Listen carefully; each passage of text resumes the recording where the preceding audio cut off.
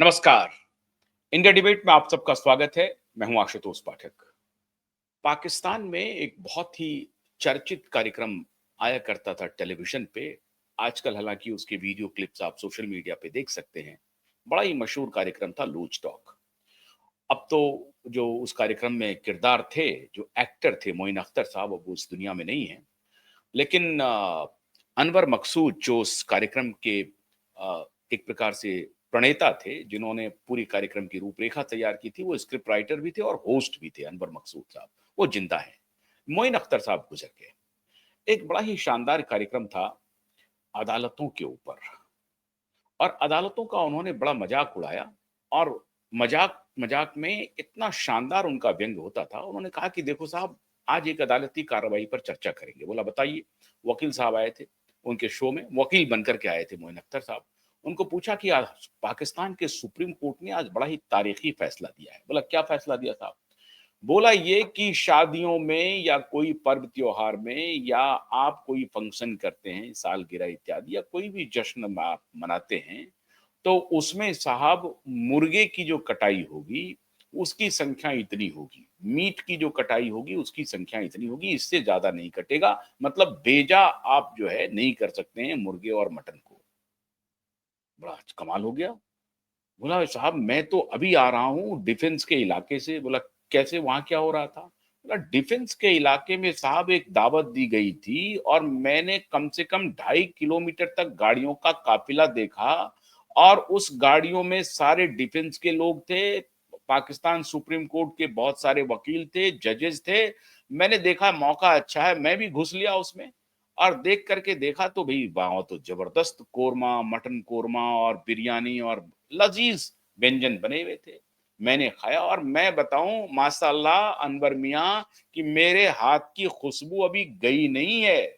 और बाद में पता चला कि 2,500 लोग थे उस खाने में। और इस तरह से इस व्यंग को आगे बढ़ाते हुए लूज टॉक में अनवर मकसूद और मोइन अख्तर पाकिस्तान की अदालत पर कुठारापात करते हैं, वज्रपात करते हैं व्यंग के सहारे।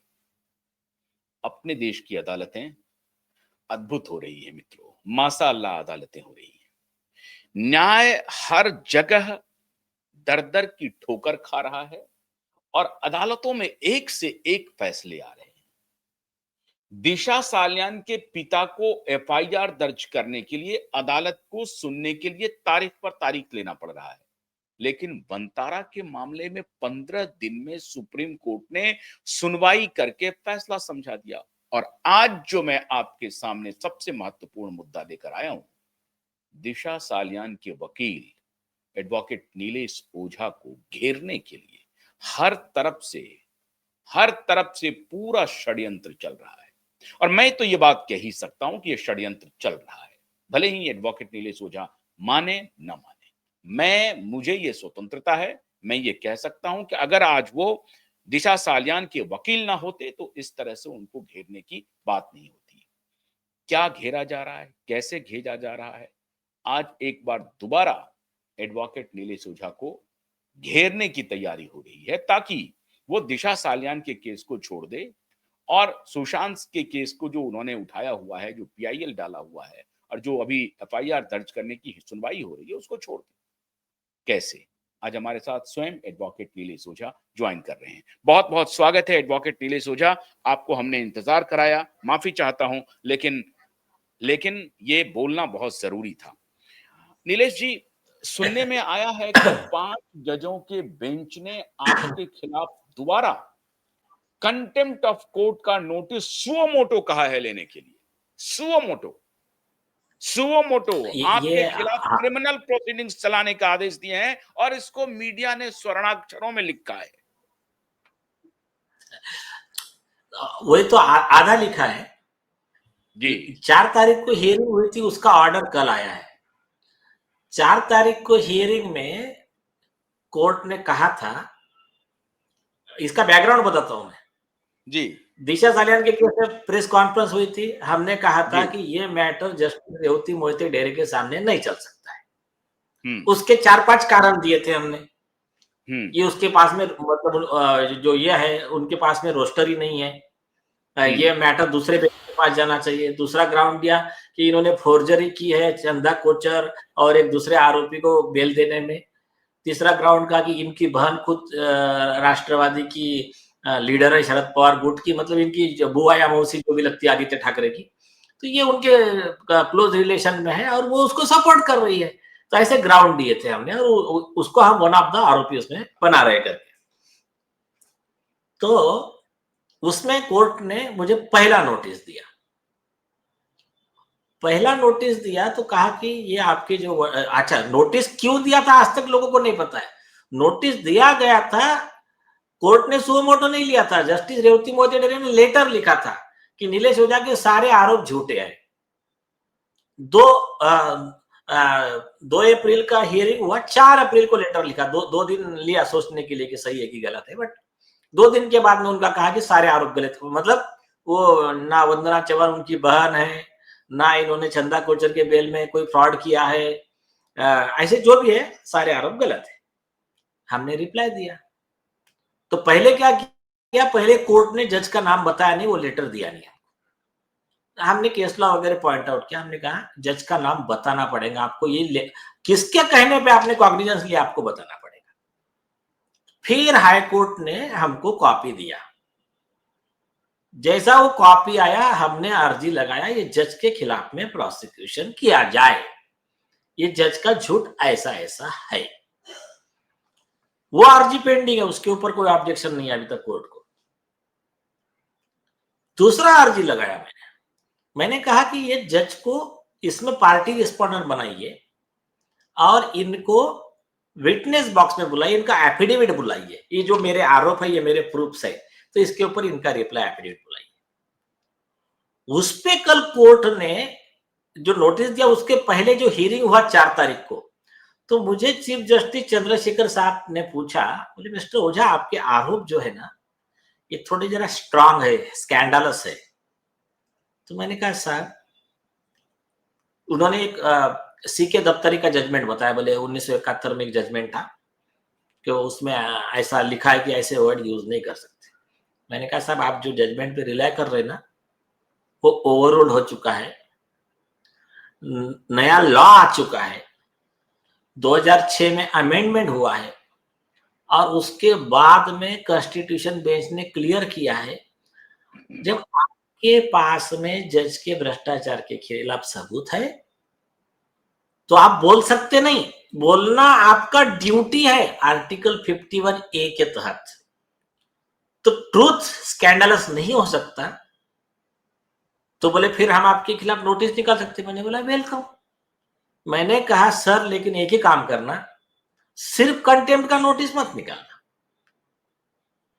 फिर मैंने कहा देखिए कंटेम्प्ट में सिर्फ 6 महीने की सजा है, मेरे आरोप अगर झूठे हैं, मेरा एफिडेविट अगर झूठा है तो मुझे परजुरी का आईपीसी 191, 192, 193 उसका भी नोटिस निकालिए ना, उसका भी प्रोसिक्यूशन चालू कीजिए। उसमें तो 7 साल की सजा है। आप मुझे क्यों मेरे पे इतना मेहरबानी कर रहे हो? तो फिर चीफ जस्टिस साहब हंस दिए। मैंने कहा देखो सच है वो कंटेम्प्ट नहीं हो सकता और गलत है तो सिर्फ कंटेम्प्ट नहीं हो सकता, परजुरी भी करना पड़ेगा आपको। फिर अभी जिन लोगों को लग रहा है कि ये ऑर्डर मेरे खिलाफ है, वो लोग ये सोच ले ये ऑर्डर मेरे खिलाफ नहीं है, ये ऑर्डर जस्टिस रेवती मोहिते डेरे के खिलाफ है। क्योंकि कोर्ट ने मुझे कहा आपका रिप्लाई और स्टेटमेंट ऑफ डिफेंस दीजिए 16 तक। मतलब क्या है, कोर्ट ने कहा है कि जस्टिस डेरे के खिलाफ के करप्शन के सबूत दीजिए कोर्ट में। केस ऐसा है। हाँ ये बात और है कि कॉमन मैन को लग रहा अरे यार दूसरा नोटिस निकाल दिया। अरे ये छोड़ दीजिए आप, ये केस बाजू में रखिए। 2009 में एडवोकेट प्रशांत भूषण जी ने तहलका में इंटरव्यू दिया। 8 chief justice of India corrupt थे, इन्होंने करप्शन करके बोगस ऑर्डर पास किए, सुप्रीम कोर्ट खोल गए। आरजी किसने लगाया प्रशांत भूषण जी के खिलाफ पता है आपको? हरीश साळवे, वो उसमें complainant, एमएकस Curie versus Prashant Bhushan. कब? 2009 में कोर्ट ने कॉग्निजेंस लिया और उनको नोटिस निकाला। कंटेम्प्ट का। अब उनको लगा डर जाएंगे, मीडिया का ये हो जाएगा, जो भी हुआ। प्रशांत भूषण साहब ने एफिडेविट पे लिख के दिया, ये आपके 8 चीफ जस्टिस का ऑर्डर पास करने का करप्शन, जज का नाम 1, उसके ये ऑर्डर, ये इसमें किया हुआ फ्रॉड, नंबर 2, ये ऐसा पूरा एफिडेविट दिया कोर्ट में। अब 2009 में एफिडेविट देने के बाद में वो मैटर चला गया ठंडे बस्ते में 12 साल के लिए। फिर वो मैटर आया 2021 में 22 में बोर्ड पे आया, तो इन्होंने बोला चलो चलो केस। फिर एक दिन कोर्ट मैटर लेता है बोर्ड पे और बोलता है कि इन्होंने जो एक्सप्लेनेशन दिया है वो हम एक्सेप्ट करते हैं और हम इसमें इनके खिलाफ का केस ड्रॉप कर देते। तो ऐसा करके कोर्ट ने 2022 में full bench of supreme court ने प्रशांत भूषण जी के खिलाफ का केस ड्रॉप कर दिया। तो ये कहा गया कि माफी मांगने के लिए तो उन्होंने 1 रुपए का माफी मांगा। वो अलग कंफ्यूज मत कीजिए, वो अलग केस है। वो अच्छा। वो जस्टिस शरद बोबड़े बाइक पे थे 50 लाख की, वो उस पे वो अलग केस है।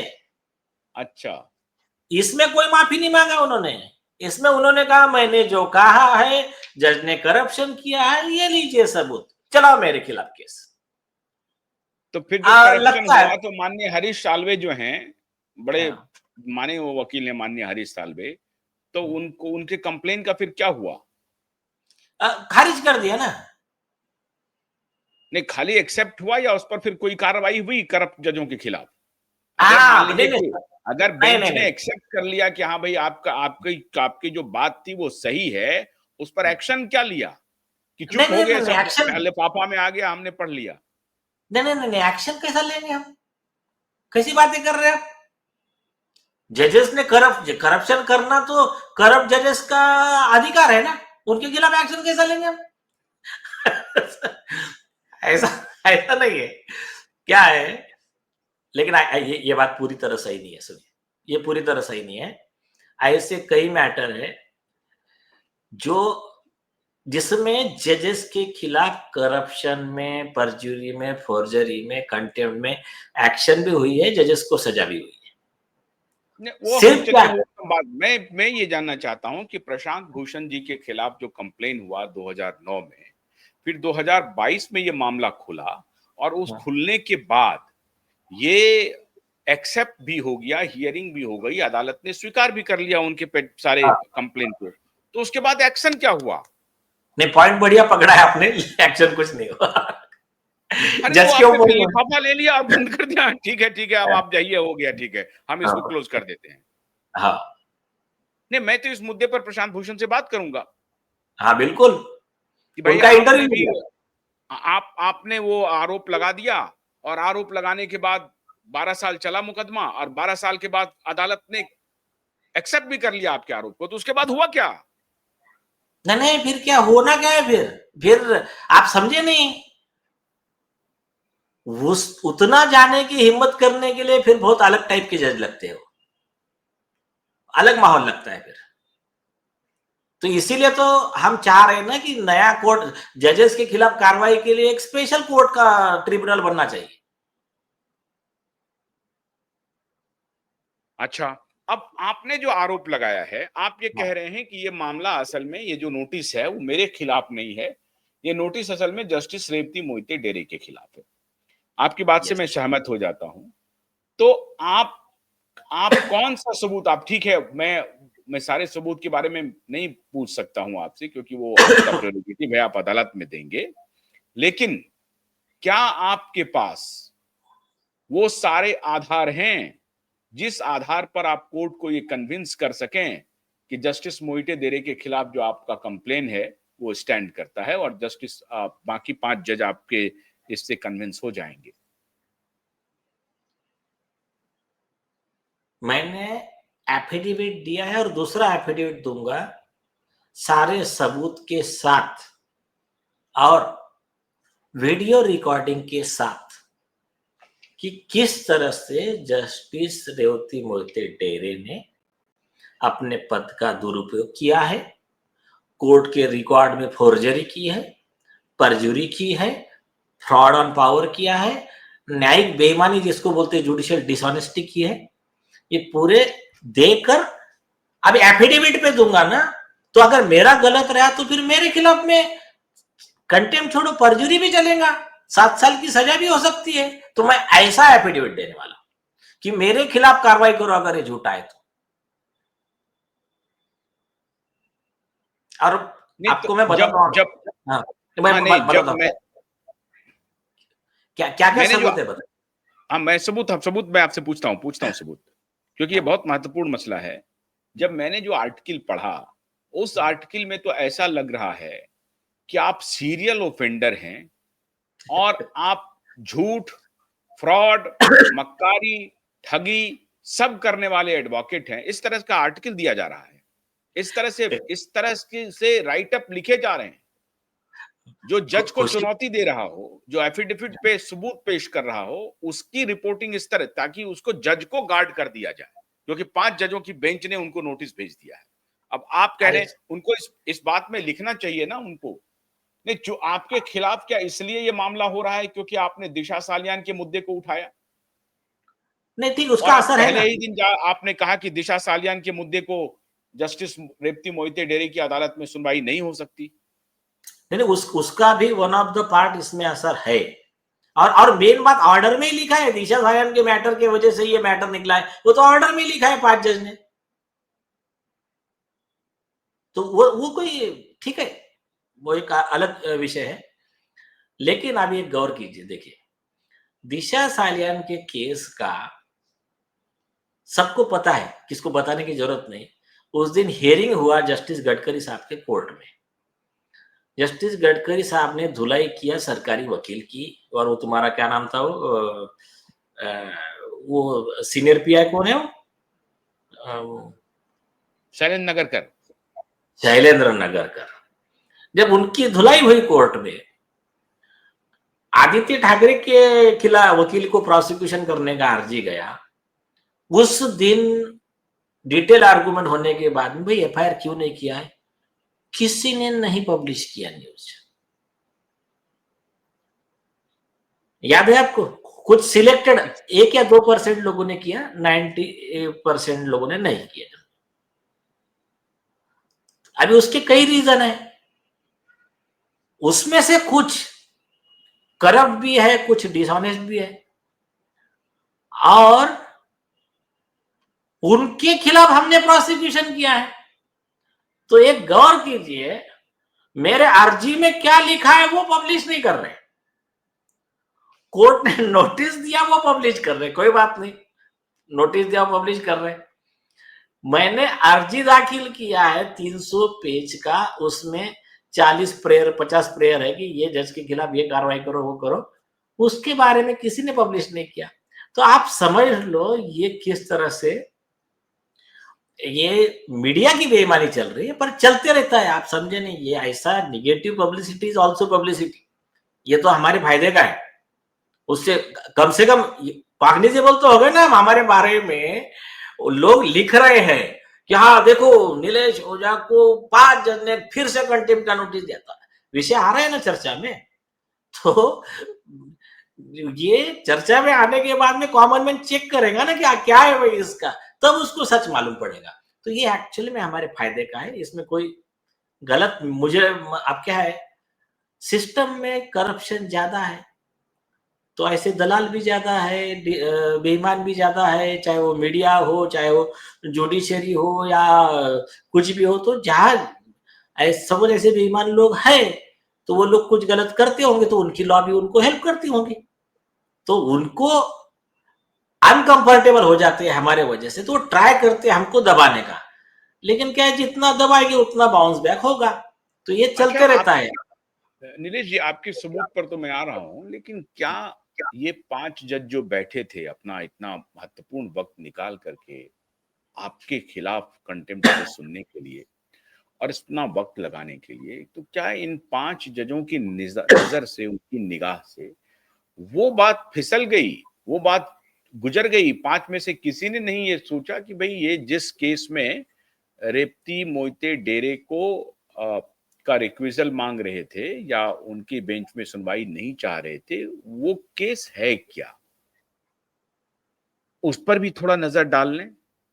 नहीं नहीं, सुनो, देखिए, इस बारे में तो कोर्ट ही बेहतर बता सकता है, लेकिन कॉमन मैन का परसेप्शन यही है, आप जो कह रहे, आम आदमी की जो आवाज है, कि एक लड़की का गैंगरेप हुआ, उसका मर्डर हुआ, उसके बाद में सुशांत सिंह राजपूत का मर्डर हुआ, तो ये जो आरोप है उसके proof, phone record, call details, eyewitness, ये ज्यादा बड़ा मसला नहीं, ऐसा ही लग रहा ना इस पे से। बड़ा मसला जज ने, जस्टिस रेवती मोहिते डेरे ने कोर्ट के रिकॉर्ड की फोर्जरी कर दिया, चंदा कोचर को, वीडियोकॉन के धूत को 3,000 करोड़ के करप्शन में बेल देने के लिए झूठा लिख दिया ऑर्डर में। फिर उनके जो एक क्लोज है एमएलए दिलीप मोहिते, उसको बेल देने के लिए जो आरोप क्या था, पुलिस स्टेशन जला दिया और पुलिसों का मर्डर करने गया पुलिस ऑफिसर का, वो कॉन्स्पिरेसी का आरोप। तो उस आरोप में बेल देने के लिए जो 307 अटेम्प्ट टू मर्डर का सेक्शन ही गायब कर दिया। तो ये जितने आरोप है ना, ये उतने सीरियस नहीं है।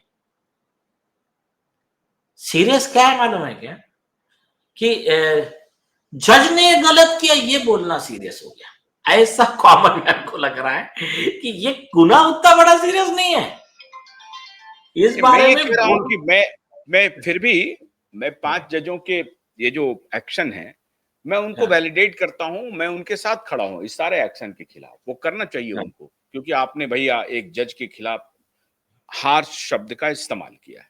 ठीक है, ये उनका अधिकार है, वो आपसे पूछ सकते हैं कि आपने इन शब्दों का इस्तेमाल करके इंस्टीट्यूशन, जो जस्टिस का जो इंस्टीट्यूशन है, उसको डिमीन करने की कोशिश की, उसकी साख पर बट्टा लगाने की कोशिश की और पब्लिक में भरोसा कम करने की कोशिश की। बड़ा ही अच्छी बात है, मैं आपकी बात से इत्तेफाक रखता हूं। लेकिन साथ ही साथ वो 5 जज ये भी कहते कि ये जो इनका जो एलिगेशंस है उस पर भी सुनवाई हो और उस बात पर भी सुनवाई हो कि जो पिटीशन ये लेकर के आना चाहते थे, जिस पर इनको आपत्ति थी कि इस पिटीशन पर इनकी अदालत में हमको न्याय नहीं मिलेगा, तो वो पिटीशन था एक एफआईआर रजिस्टर करने की। उस पर भी 5 जजों को संज्ञान लेना चाहिए। ये किसी लॉ की परिधि में नहीं आता है कि उस पर भी संज्ञान लेना चाहिए कि भाई उस केस का जो असल में इनका एप्लीकेशन है उसका क्या स्टेटस है। क्या इस मामले में 5 जज कोई कोई इस तरह का नोटिस सर्व कर सकते थे, तो शायद जनता में शाख और बनती। साथ ही साथ हो सकता था एक साथ आपको भी नोटिस आता और उधर भी नोटिस जाता।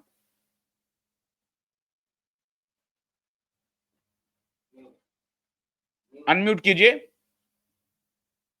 हाँ, आपकी बात सही है कि उसमें अगर पुलिस को नोटिस जाता, सरकार को नोटिस जाता कि 5 जज हम बना रहे हैं, एक लड़की का गैंगरेप हो रहा है, मर्डर हो रहा है, उसका पिताजी दर-दर भटक रहा है और आप एफआईआर रजिस्टर नहीं कर रहे हो और हमारे ऑर्डर है, बॉम्बे हाई कोर्ट के ऑर्डर का अपमान किया। उस दिन कोर्ट में बोला ना, गडकरी साहब बोले हम परेशान हो गए शैलेंद्र नगर कर जैसे लोगों से कि जो हमारे ऑर्डर नहीं मान रहे और एफआईआर रजिस्टर नहीं कर रहे।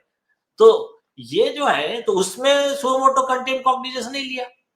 उसमें अगर लेते तो जो इज्जत बढ़ जाती ना हाईकोर्ट की, कि वो मतलब हमारी को भी ऐसा फक्र महसूस था कि चलो भाई, हाँ, हम लोगों को बोलते हैं ना कि कोर्ट पे विश्वास रखो, तो हाँ देखो कोर्ट ने कैसा काम किया, तो ये ऐसा हमारा भी तो और क्या बढ़ क्या गया। मैं आपसे ये जानना चाहता हूँ नीलेश जी, तो क्या मेरे जैसे कॉमन मैन को कोई संवैधानिक रूप से कोई इम्यूनिटी मिली हुई है, कोई अधिकार मिला हुआ है कि मैं इन 5 जजों के ऊपर ये सवाल खड़ा करूं कि आपने बेईमानी की है? कर सकता हूं, ये अधिकार है मेरे हाँ, जैसे सुनिए, व्यक्ति को? सुनिए सुनिए,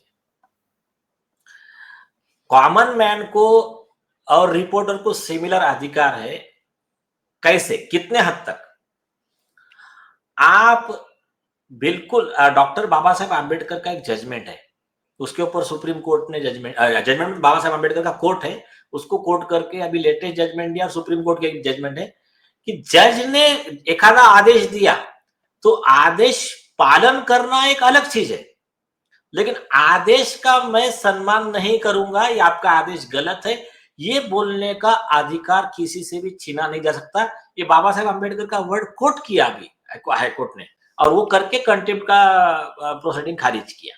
तो देखिए, अगर आपको लगता है एक आधा आदेश गलत है, उसको क्रिटिसाइज करने का आपको अधिकार है एक।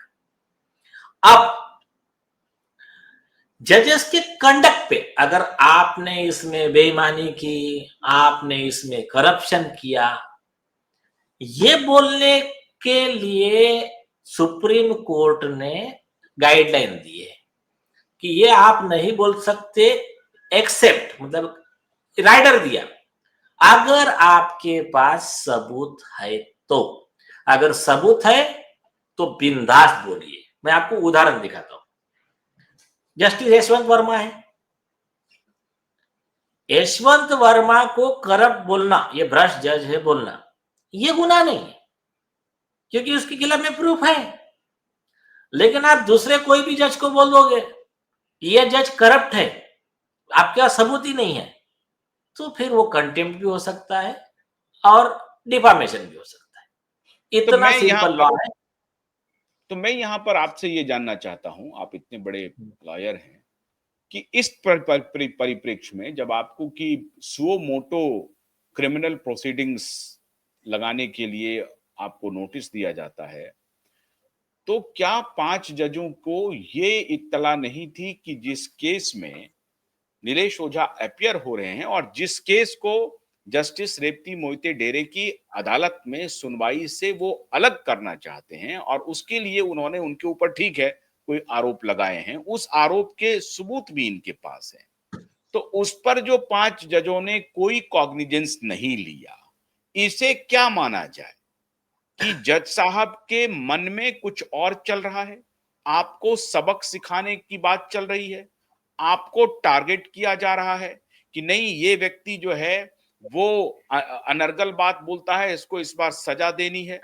सब मिल करके सब कर रहे हैं, ये 5 जज मिल करके कर रहे हैं और उसी प्रकार की मीडिया में रिपोर्टिंग हो रही है। ये संदेश जा रहा है, ये संदेश जा रहा है कॉमन मैन एकदम मूर्ख तो है नहीं कि काम सारे पढ़ाई वहीं पर चल रहा है, अदालत में, हाई कोर्ट में और सुप्रीम कोर्ट में। कॉमन मैन को भी अपना कुछ कॉमन दिमाग है, तो उस कॉमन दिमाग से जो कॉमन मैन का रेफरेंस ये जा रहा है कि चूंकि एक एक असहाय पिता के केस को आपने लिया है, एक लड़की के बलात्कार और हत्या के केस को लिया है और आपको ये शक हुआ कि जिस बेंच में ये अर्जी लगी है उसका कॉन्फ्लिक्ट ऑफ इंटरेस्ट है और यहां पर न्याय नहीं मिल सकता है और जानबूझ करके इस केस को उनकी अदालत में लगाया गया है, आपने इसे हटाने की बात की और उस पर आपने कुछ, अगर उनकी बात को हम मान लेते हैं कि आपने बहुत हार्श शब्द का इस्तेमाल किया, बड़ी अच्छी बात है, आपको नोटिस दें और आप उसके जवाब देने के लिए सक्षम हैं। लेकिन वो कॉमन मैन का क्या होगा, उस पिता का क्या होगा जो अर्जी लेके घूम रहा है? आप उन्हीं के वकील को जेल भेज रहे हैं।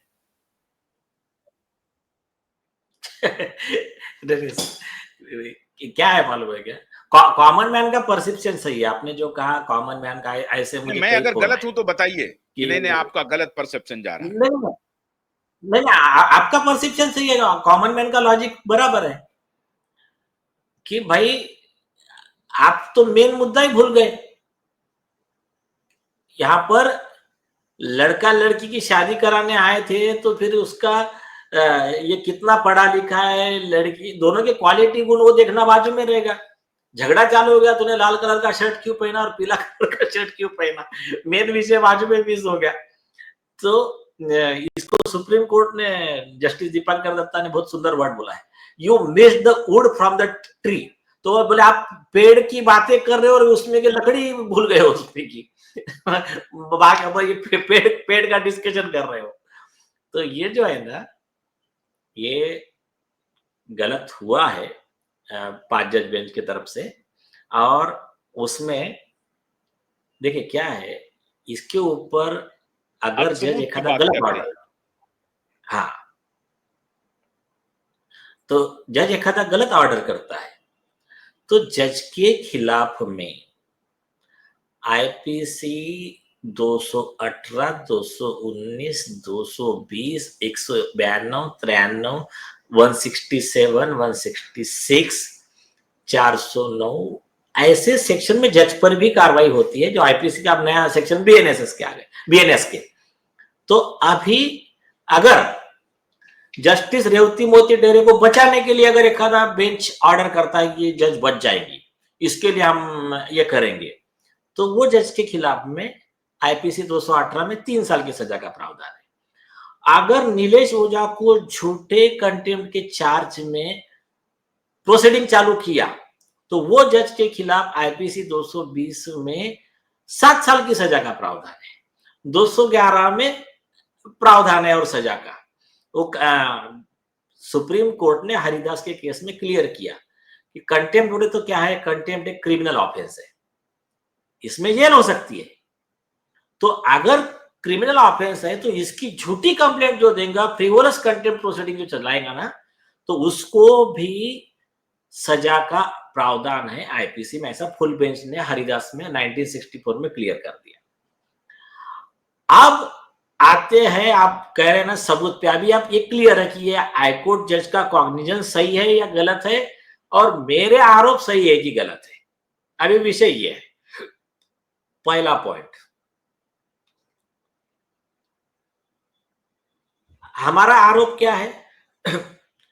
जस्टिस रेवती मोहिते डेरे की बहन ये शरद पवार के ग्रुप से जो भी है सांसद थी, उनकी लीडर है, आदित्य ठाकरे को सपोर्ट कर रही है। तो वो दिशा सालियान की केस जस्टिस रेवती मोहिते डेरे नहीं सुन सकती है, क्योंकि हमारे केस में फिर वो को अक्यूज्ड है उनकी बहन। इसका हमारे पास में वीडियो रिकॉर्डिंग से लेके सारे सबूत है। एक दूसरा, पहले मैंने मेरा पहला आरोप जो प्रेस स्टेटमेंट है जो खुद कोर्ट ने ट्रांसक्रिप्ट दिया है, उसमें क्या लिखा है कि ये मैटर जस्टिस डेरे के पास है ही नहीं, असाइनमेंट तो उसके कोर्ट में गया कैसा? फिर हमारा ऑब्जेक्शन सही निकला, फिर उनके केस से कोर्ट से केस हट गया ना इसी ग्राउंड पे। और ये तो रजिस्ट्री और खास करके जस्टिस रेवती मोहिते डेरे बता कि आपके कोर्ट में आया कैसा मैटर वो, और आप सुनने को तैयार बैठे हो हमारे ऑब्जेक्शन लेने तक। ये एक बात है। दूसरा, पहली बात है कि रजिस्ट्री ने पहले उनको दिया ही नहीं, तो उनके केट में गया कैसे? नहीं नहीं, अभी ठीक है, ये तो रजिस्ट्री का छोड़ दो, रजिस्ट्री से गलती हो सकती है, बट उनके कोर्ट में आया। मैंने सुबह 10 बजे, 10:30 बजे जब शुरुआत हुई थी, मैंने मेंशन किया, मैंने कहा मैडम ये गलती से आया, बोर्ड से हटा दो। तो बोलते नहीं नहीं, आपका नंबर आने दो, बाद में सुनेंगे आपको। और एक, ये खुद उन्होंने अपने लेटर में लिखा कि ऐसा हुआ, एडवोकेट नीलेश ओझा ने सवेरे मुझे बोला कि मेरे कोर्ट का मैटर नहीं, मैंने उसको कहा मैं बाद में सुनूंगी तुम्हारे को। तो उनका ट्राई था खुद के पास रखने का मैटर। बाद में हमने हाईकोर्ट का रूल और सिटिंग लिस्ट का प्रोविजन उनको पॉइंट आउट किया, आप नहीं सुन सकते मैटर, ये महिलाओं के खिलाफ के इसका मामला है, ये जस्टिस सारे कोतवाल के बेंच पे जाना चाहिए। फिर मजबूरी में उन्होंने वो ऑर्डर किया, नहीं तो वो सुनने को बैठे थे। उनके भांजे का केस है, तो भाई अभी क्या है, तो भांजा या भतीजा है जो भी है, हो गया। तो ये एक था, उसी दिन केस को खारिज करने की पूरी तैयारी थी। अरे ये क्या घर का खेती थोड़ी है, वो अलग विषय था, लेकिन कुछ भी किया जा सकता था। हाँ, किया जा सकता हो सकता था, पद का दुरुपयोग हो सकता था, ऐसा करते हैं ना कई बार। तो क्या जजेस ऑर्डर में करप्शन करते हैं ना, और ऐसे ही तुम्हारे दिल्ली हाई कोर्ट के जज शमित मुखर्जी ऐसे ही करप्शन में अरेस्ट हुए थे। जस्टिस निर्मल यादव के खिलाफ ऐसे ही चार्जशीट गई थी, पैसे खा के कुछ भी ऑर्डर करने का। तो क्या जनता बेवकूफ थोड़ी बैठी है यहाँ पर? तो ये पहला हो गया, वो तो ऑन रिकॉर्ड ही साबित हो गया ना, जो मेरा पहला आरोप था ऑन रिकॉर्ड ही साबित हुआ। फिर तुम्हारे कोर्ट से मैटर हटा क्यों? अगर मेरे आरोप गलत है तो तुमने केस खुद क्यों नहीं सुना फिर? तो ये पहली चीज। दूसरी चीज, उनके बहन के बारे में सारे प्रूफ दे दिए। अब दूसरे 2 इंपॉर्टेंट एविडेंस बताता हूं। अच्छा, एक मिनट, जब एक मिनट, जिस दिन ये हियरिंग थी नीलेश जी, उस दिन पहले ये आपके ये सारे शब्द हार्सेस्ट वर्ड उसमें आ रहे हैं, या पहले आप मेंशन कर रहे हैं कि आप नहीं सुन सकते हैं? उसके बाद आपने ये कंप्लेंट दर्ज किया है? नहीं, मेरे हार्शेस्ट वर्ड जो बोल रहे हैं ना आप, ये मेरे उसी जज के सामने एफिडेविट पे 2024 में आ चुके हैं ऑलरेडी, उसी मैं जज समझ के गया। साथ। नहीं, उस दिन तो नहीं हुआ था ना? नहीं, उस दिन नहीं हुआ। 2024 में आ गया था। उस दिन पूरा आपका पूरा पुलिंदा अदालत में है। ये फंस गए हैं ये पांचों जज। अभी जो मीडिया वालों को लिखे हैं ना कि और मीडिया वाले ने अरे दोबारा कंटेंप्ट निकल गया है जो चला दिया है ना, अब ये फंसेंगे। वो तो हमको मालूम है कि कैसे फंसेंगे ये। लेकिन मैं ये जानना चाहता हूं कि जिस दिन आपने मेंशन किया कि मिलॉर्ड आप इस केस को नहीं सुन सकती हैं और आप इसको ट्रांसफर कर दीजिए, उस दिन तो आपने कुछ नहीं लिखा था। नहीं, उसके बारे में नहीं है। उस दिन कुछ नहीं है। उस दिन जस्ट इतना ही वर्ड बोला तो मेरे आगे के पॉइंट आने से पहले ही रिक्यूज कर दिया। हाँ, बस ठीक है। अब आगे बोलिए। हाँ। तो पहले तो इसी बात पर सुनवाई हो जाएगी साहब। हाँ, 5 है ना, जजों है के ना, सामने ये है वो भी सुनवाई आया। चल रही है। हाँ। मैं अपने दर्शकों से ये कह रहा हूं कि ये जो 5 जज जो सुनेंगे ना, वो सुन लीजिए यहीं पे। हम वो सारे सवाल पूछ रहे हैं जो जज साहब प्रोबेबल क्वेश्चन पूछ सकते हैं नीलेश जी से। मैं ये पूछ रहा हूं ये सवाल। पूछिए, अभी बोलिए सर। दूसरा, अभी उनका कहना है कि आपने जज के ऊपर करप्शन का आरोप लगाया, जो भी लगाया वो आपके, है ना। और दूसरा आरोप मेरा क्या है कि मुझे झूठे केस में फंसाया जस्टिस रेवती मोहिते डेरे ने।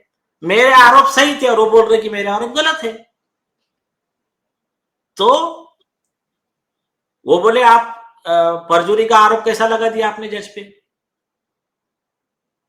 अभी ये जज साहब वो वाला केस लो भूल गए। सुप्रीम कोर्ट की 7 जज की बेंच बैठी थी एसपी गुप्ता में जजेस ट्रांसफर केस में। वहां पर सुप्रीम कोर्ट ने बोला था कि हमारे सामने ना वो जज है या चीफ जस्टिस ऑफ इंडिया है। जब कोर्ट की हियरिंग की केस रहती ना तब वो कॉमन मैन है। चीफ जस्टिस ऑफ इंडिया को एफिडेविट भी देने लगाया, उसका एफिडेविट गलत है करके कमेंट्स भी किया। सुप्रीम कोर्ट ने कहा हमने शपथ ली है विदाउट फियर और फेवर, बिना भेदभाव के निष्पक्षता से निर्णय देने की शपथ ली है। तो वो चीफ जस्टिस ऑफ इंडिया रहो या कोई भी रहो, हम देखेंगे फैक्ट क्या है। अब मैं क्या कह रहा हूं कि ये जस्टिस रेवती मोहिते डेरे ने मुझे झूठे केस में फंसाया। अब कैसा फंसाया इसका सबसे बड़ा उदाहरण देता हूं। चाहे वो चीफ जस्टिस साहब चाहे या तो मिस कर गए होंगे 5 जज, पहला बेनिफिट ऑफ डाउट, या तो मिस कर गए या तो जानबूझ के किया। मैं बोल रहा हूं चलो मिस कर गए, लेकिन जोक क्या है बताता हूं केस का। जिस वर्ड के बारे में हमको नोटिस दी है, यही सब आरोप, इससे ज्यादा सीरियस आरोप पिटीशन नंबर PIL 6900 में फाइल है और उसकी सुनवाई हुई 2023 में। तो चीफ जस्टिस के बेंच ने कहा, ये नहीं कहा कि ये आरोप स्कैंडलस है, कहा कि ये सीरियस मैटर है, ये इसके लिए स्पेशल बेंच कंस्टिट्यूट होना चाहिए। और जस्टिस आलोक आराधे साहब ने उसका स्पेशल बेंच कंस्टिट्यूट करके दिया है। तो चीफ जस्टिस का बेंच जब एक बार कहता है कि ये आरोप स्कैंडलस नहीं है, तो सेकंड टाइम आप कैसा बोल सकते हो ये स्कैंडलस है, ये कंटेम्पचुअस है। एक इससे सीरियस बात, कुछ ना यहाँ पर करप्ट जज के 1-2 दलाल है बॉम्बे हाई कोर्ट में। एक मिलिंद साठे करके है सीनियर वकील, जिसको यहाँ पर अमेकस क्यूरी अपॉइंट किया है। तो वो मिलिंद साठे का काम क्या है, कोई भी जज के खिलाफ करप्शन का कंप्लेंट हुआ तो वो लेटर लिखता है। बॉम्बे बार एसोसिएशन का प्रेसिडेंट हूं इस नाते से लेटर लिखता है। जज के खिलाफ कंप्लेंट नहीं कर सकते, जज ने करप्शन करा हो कुछ भी किया हो उसके खिलाफ कुछ नहीं कर सकते। तो जिन्होंने ये किया है उनके खिलाफ कंटेम्प्ट की एक्शन ली जाए। तो यही आरोप के लिए उन्होंने लेटर लिखा।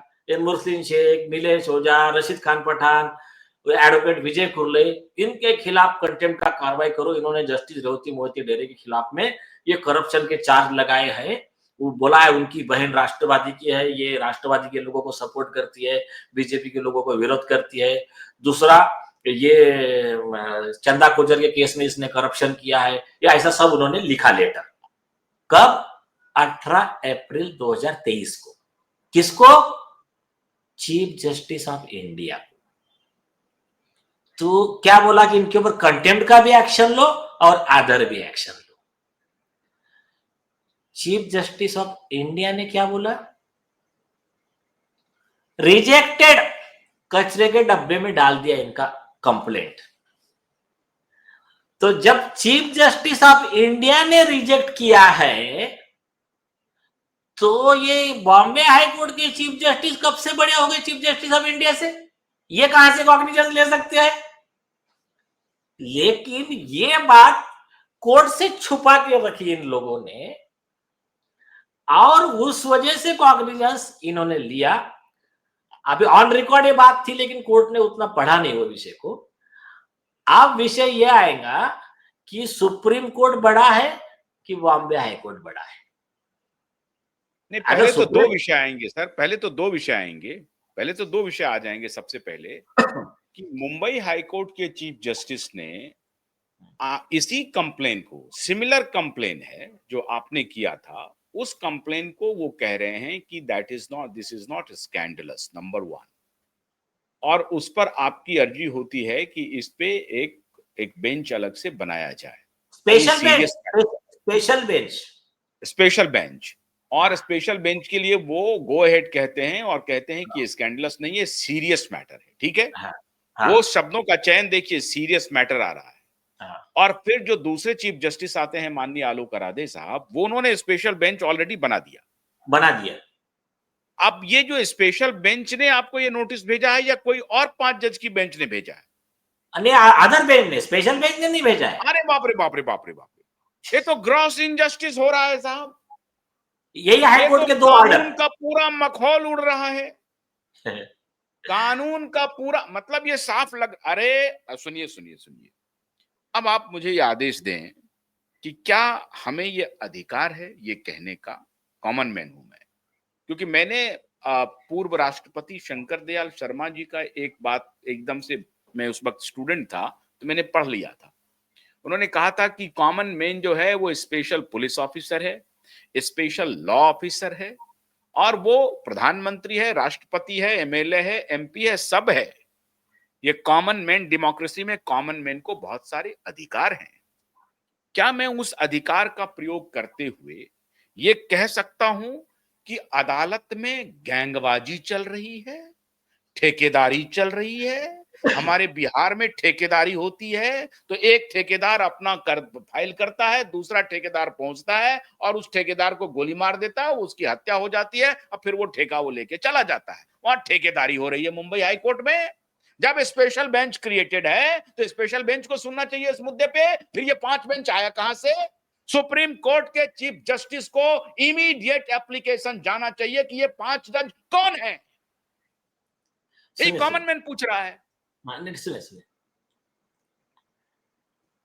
देखिए, सुप्रीम कोर्ट ने क्लियर बोला है कि एक ही हाई कोर्ट के अलग अलग बेंच अगर अलग अलग ऑर्डर पास करेंगे तो अराजकता फैल जाएंगी, लोगों का अराजकता हो गई, लोगों का न्याय दिया, उनको नोटिस दिया, मीडिया में ब्रीफ किया गया, मीडिया ने डिटेल रिपोर्ट छापा कि सुओ मोटो ले लिया उनके खिलाफ क्रिमिनल प्रोसीडिंग्स का। क्यों? क्योंकि एक बेटी के बाप को न्याय देने के लिए नीलेश ओझा आगे बढ़ गए हैं। ये गैंगस्टर है वहां पर, और मैं पूरी जिम्मेदारी के साथ कह रहा हूं अभी, और ऑन योर ब्रीफिंग में कह रहा हूं पूरी जिम्मेदारी के साथ, ये गैंगस्टर आ गए हैं अदालतों में। नहीं, वो स्पेशल बेंच ने आपको नोटिस दिया या नहीं दिया, मैं आपसे पूछ रहा हूं। नहीं, स्पेशल बेंच तो हियरिंग हुई, स्पेशल बेंच ने बोला आप रिटर्न आर्गुमेंट दो कि ये पब्लिक इंटरेस्ट का मामला कैसा है, क्या ऐसा ऑर्डर किया है कोर्ट ने। और तो फिर 5 बेंच कैसे क्रिएट हो गया? अल्टीरियर मोटिव से हुआ। नहीं, 5 बेंच जस्टिस डेरे के लेटर पे हुआ है। नहीं, 5 बेंच कैसे बैठ गया फिर दोबारा? अरे सुनो, आपकी बात सही है, नियम से क्या होना चाहिए था, वो मैटर और ये मैटर साथ में हियरिंग होना चाहिए। वो जो पिटीशन है ना, स्पेशल बेंच पिटीशन तो है, हाँ, उसी पिटीशन का तो हवाला है ना। हाँ, तो स्पेशल पिटीशन नहीं नहीं, आपका मैं आपको बताता हूं सर, मैं बताता हूं, मेरा भी आर्गुमेंट सुन लीजिए। आपका जो एलिगेशन है वो एलिगेशन मार्च में नहीं आया है, ये एलिगेशन 2023 में आया हुआ है। हाँ, 2 साल पहले है। 2 साल पहले, आप समझ गए हाँ, बात को। हाँ, वही एलिगेशन कैरी फॉरवर्ड हो रहा है, ठीक है। उस एलिगेशन पर सुनवाई हो चुकी है, ठीक है, पूर्व जस्टिस ने सुनवाई कर ली। फिर जो वर्तमान chief justice Mumbai high court के, उन्होंने बेंच बना दी। अब उस बेंच के तहत उस एलिगेशन पर सुनवाई होनी चाहिए थी। सेम एलिगेशन के लिए दूसरा बेंच कैसे बन गया, मेरा यह हाँ, कहना है। हाँ, इसका नहीं क्या बराबर है। जवाब है? नहीं नहीं, बराबर है, लॉजिकली सही है, आपकी बात सही है। और वो स्पेशल बेंच को ही भाई जज बना देते हैं बस कि एक, हाँ, हाईकोर्ट जज ने अगर करप्शन किया, ये आरोप है, फोर्जरी ऑफ हाँ, हाईकोर्ट रिकॉर्ड किया, तो उसके लिए 5 जज बेंच बना देते। बना देते। हाँ, तो ठीक है, लेकिन लेकिन लेकिन लेकिन वो स्पेशल बेंच अभी आपका सुनवाई चल ही रहा है ना। हाँ हाँ, यस, एलिगेशन सेम है ना। सेम है, सेम है। एलिगेशन 2 साल पुराना है। हाँ, उसी एलिगेशन को आप उस पर तो अदालत सुनवाई कर नहीं रही है। 2 साल हो गए, कोई सुनवाई नहीं हुई, उस एलिगेशन पर कोई सुनवाई नहीं हुई। और फिर जब आपको, एक दुनिया के किसी भी व्यक्ति को शंका हो सकती है कि साहब मुझे इनके पास न्याय नहीं मिलेगा, और इतना सीरियस मैटर है क्योंकि इसमें बड़े रसूखदार लोग शामिल हैं, इसमें मुख्यमंत्री के बेटे को इंप्लीकेट करने की बात हो रही है, ये नहीं सुन सकती है। इसमें कौन सा नाजायज बात आपने किया साहब? जब आपके कंप्लेन पर 2 साल से सुनवाई नहीं हो रही है, तो फिर आपको यह पूरा अधिकार है शंका व्यक्त करने का। मैं नेचुरल जस्टिस को ला रहा हूं सामने में ना, कि जब आपके किसी कंप्लेन पर, शिकायत पर पिछले 2 साल से कोई सुनवाई नहीं हो रही है, अदालत बैठी हुई है, सोई हुई है, तो आपको यह अधिकार भी आपसे छीन लिया जा रहा है कि आप शंका भी व्यक्त ना करो कि साहब मुझे इस बेंच में नहीं मिल सकता है न्याय। अरे 5 जज साहब, आपने तो बड़ा शानदार नोटिस भेजा है, भेजिए। आपको क्या लगता है कि पूरी दुनिया से आप एकदम अलहदा हैं, आप जज बन गए हैं, आप नोटिस भेज दीजिए। You are under scrutiny milord. यहां कोई घास खा करके नहीं जिंदा है। जैसे आप रोटी खाते हैं वैसे हम लोग भी रोटी खाते हैं, तो हम लोगों को भी दिमाग है, हम लोग भी आप आर्ग्यू कर सकते हैं और पब्लिक डोमेन में इन बातों को ले जा सकते हैं। आपके इस व्यवहार से अदालत के साख की और अदालत की गरिमा ज्यादा गिर रही है। नीलेश ओझा के 5 शब्दों के प्रयोग से अदालत की गरिमा कम गिर रही है। आगे बोलिए सर।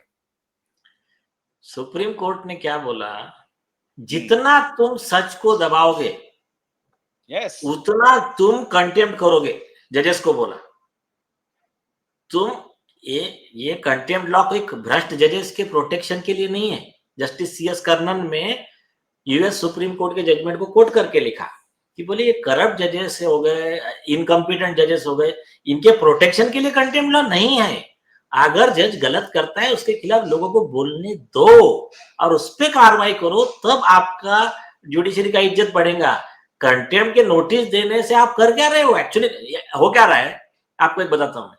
कंटेम्प्ट की नोटिस, अगर मैं सच बोल रहा हूं और मुझे कंटेम्प्ट की नोटिस है, इसका मतलब क्या है?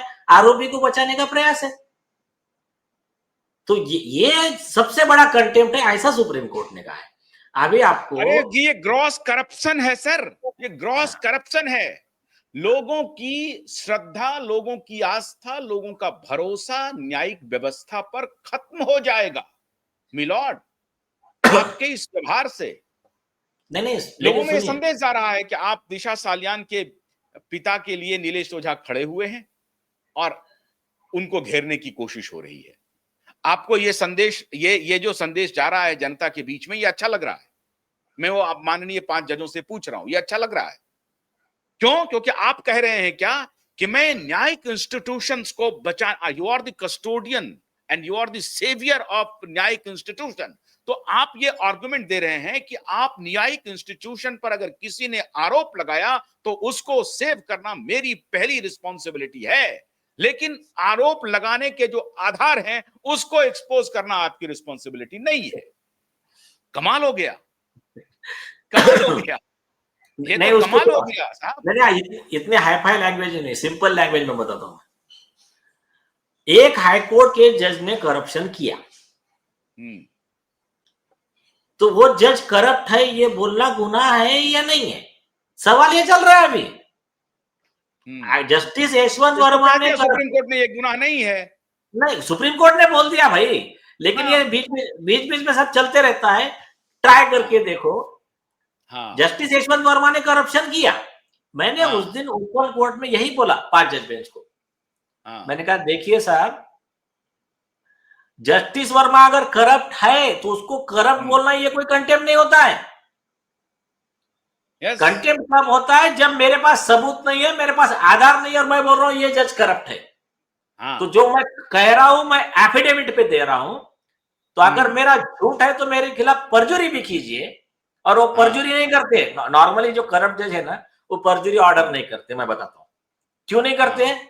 परजुरी में क्या होता है, उनको जाकर केस दाखिल करना पड़ता है मजिस्ट्रेट कोर्ट में, और उसमें हाँ लिखना पड़ता है कि ये हाँ नीलेश ओझा ने हाँ जस्टिस रेवती मोहिते डेरे के खिलाफ जो करप्शन के चार्जेस लगाए हैं वो झूठे हैं, क्योंकि हाँ जस्टिस डेरे ने अपने ऑर्डर में से 409 आईपीसी गायब नहीं किया कोचर के मामले में, और आईपीसी 307 अटेम्प्ट टू मर्डर गायब नहीं किया एमएलए दिलीप मोहिते के मामले में। उनको लिखना पड़ेगा।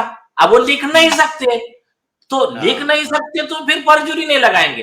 फिर अगर अगर परजुरी नहीं लगाएंगे तो समझ लेने का कि जज करप्ट है। अगर परजुरी लगाया तो फिर समझ लेने का कि कोर्ट ईमानदार है, नीलेश ओझा गलत है। एकदम सिंपल चीज। नहीं नहीं नहीं नहीं सर, आप ऐसा है, आप तो ठीक है, आप तो कानून की भाषा में बोल रहे हैं, मैं जर्नलिस्ट हूं सर। मैं टाइमलाइन देखता हूं, टाइमलाइन।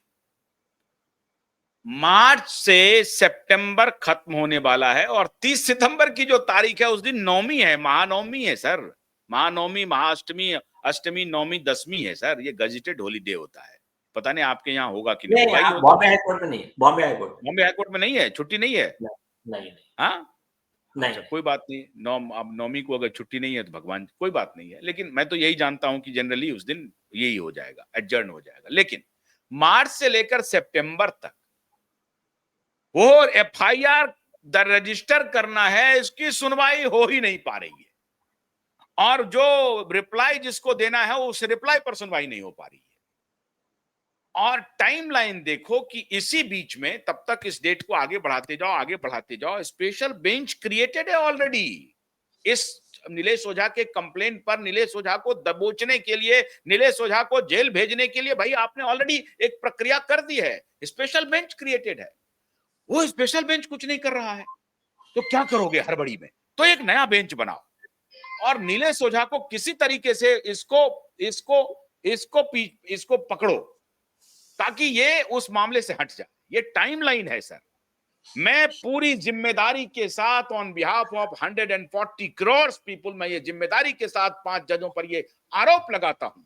ये जो टाइमलाइन है कि मार्च से लेकर के अभी तक लगातार नीलेश ओझा के खिलाफ कंटेम्प्ट ऑफ को कोर्ट का प्रोसीडिंग्स को चला करके, क्रिमिनल प्रोसीडिंग चला करके आप एक वकील को इंटिमिडेट कर रहे हैं, उनको डरा रहे हैं, उनको धमका रहे हैं, उनको कह रहे हैं कि आप दिशा सालियान के पिता के साथ खड़े मत होइए, आप दिशा सालियान के केस को वापस ले लीजिए। क्यों? क्योंकि उसमें जिसके ऊपर आरोप लगा है उसने एफिडेविट में कहा है कि मैं 28 साल का हूं, झूठ बोल रहा है। उसने एफिडेविट में कहा है कि मैं एमएलए नहीं हूं, झूठ बोल रहा है। तो एक अदालत को लग रहा है कि जिस दिन हियरिंग होगी उनके खिलाफ एफआईआर करना ही पड़ेगा और इंक्वायरी होनी ही पड़ेगी, वो जेल जाएगा ही जाएगा उन्हीं के आधार पर। इसलिए नीलेश ओझा को पहले किसी तरीके से बांधो। अब वो ही है। अब मैं वो महाभारत का वो क्या कहते हैं, रामधारी सिंह दिनकर का ये रश्मि रथी का एक छंद है ना, हाँ बांध दुर्योधन बांध जरा, वही बात है। Yes, yes. तो क्या है, दुर्योधन को बांधने के लिए जो है ये चौसर पे ये चालें चली जा रही हैं। वो दुर्योधन तो, चलो कृष्ण को बांधते हैं, लेकिन बांधो लेकिन दुर्योधन। नहीं, नहीं, वैसा नहीं। उसका एक जवाब है। वैसा ही है सर, क्या बात मुद्दत करते हैं, वैसा नहीं, वैसा ही नहीं, है। जवाब, मैं जवाब दे रहा हूँ। मुद्दत लाख बुरा चाहे तो क्या होता है, वही होता है जो मंजूर खुदा होता है। मैं आपको देखो, मैं ऐसे किसी जाति विशेष का नहीं बोलता, लेकिन आप एक पुराना गौर करे होंगे कि एक विशिष्ट जाति के समाज के लोगों ने जो बेचारे गरीब दलित लोग हैं उनके ऊपर एक समय था बहुत अत्याचार किए। बाद में अब एक ऐसा समय आ गया है कि आज जो पीड़ित वर्ग था ना, पीड़ित वर्ग आज इस लेवल पे है कि उनको हाथ लगाना बोले तो आज बहुत मतलब ये हो जाएगा कि 100 बार सोचना पड़ेगा। तो इसके हाँ, ऊपर जो एक है कि समय एक सा रहता किसका सदा, हाँ। निश्चित दिवासी घूमती सर्वत्र विपदा संपदा। हुँ, हुँ, जो हुँ। है उत्सव मग्न आज कल शोक से रोता वही, अनाथ हुँ। कहलाता जो आज नरनाथ कल होता वही। तो हुँ, ये हुँ, क्या हुँ। है, कितना भी दबाने का ट्राई करे करप्शन, क्रांति की आग हुँ, एक बार जब लग गई ना, तो उसको हुँ, बुझाना, दबाना इतना आसान नहीं। और हुँ। आपने इतिहास में कभी देखा है कि बुराई की जीत हुई और अच्छाई की हार हुई? बीच में थोड़ा बहुत सत्य परेशान होता है, लेकिन अंत में जीत जो है ना, सच्चाई की होती है। होगा आराम से, समय लगेगा। हुँ, अपने हुँ। सपनों का जो रामराज आना है, तो वो आएगा, उसको समय लगेगा, लेकिन तो होगा। चलिए, जी, अब चलिए तब हम मैं वो रश्मि रथी के छंद को पढ़ ही देता हूँ। मैं थोड़ा स्मृति से मुझे तो याद तो वैसे कंठाग्र था, लेकिन मैं पढ़ देता हूँ। उल्टे हरि को बांधने चला, जो था असाध्य साधने चला, जब नाश मनुज पर छाता है, पहले विवेक मर जाता है। हरि ने भीषण हुंकार किया, अपना स्वरूप विस्तार किया, डगमग डगमग दिग्गज डोले, भगवान कुपित होकर बोले, जंजीर बढ़ाकर साध मुझे, हाँ हाँ दुर्योधन बांध मुझे, यह देख गगन मुझ में लय है, यह देख पवन मुझ में लय है, मुझ में विलीन झंकार सकल, संसार सकल मुझ में लय है, संसार सकल अमरत्व फूलता है मुझ में, संहार झूलता है मुझ में। तो दुर्योधन बांधने की प्रक्रिया कर लो, ये सारे दुर्योधन एक तरफ हो जाएंगे, ये सैकड़ों कौरव, तब भी पांडव विजयी होगा और कृष्ण का सुदर्शन चलेगा। दिशा साल्यान के पिता को न्याय मिलेगा, सुशांत के परिवार को न्याय मिलेगा, चाहे कितना भी क्लोजर रिपोर्ट आ जाए, एफआईआर फाइल होगा। नीलेश जी, हम आपको बहुत शुभकामना देते हैं, पूरा देश आपके साथ खड़ा है, और मैं 5 जजों के बेंच से विनती करता हूं कि अपनी बुद्धि को जरा जगाइए और देश में न्याय की साख बने, न्यायिक इंस्टीट्यूशन की साख बनी रहे, इसके लिए प्रयास कीजिए। बहुत ऐसा नहीं कि जो न्याय के लिए लड़ रहा हो उन्हीं को जेल भेज दो। बहुत बहुत शुक्रिया। नमस्कार।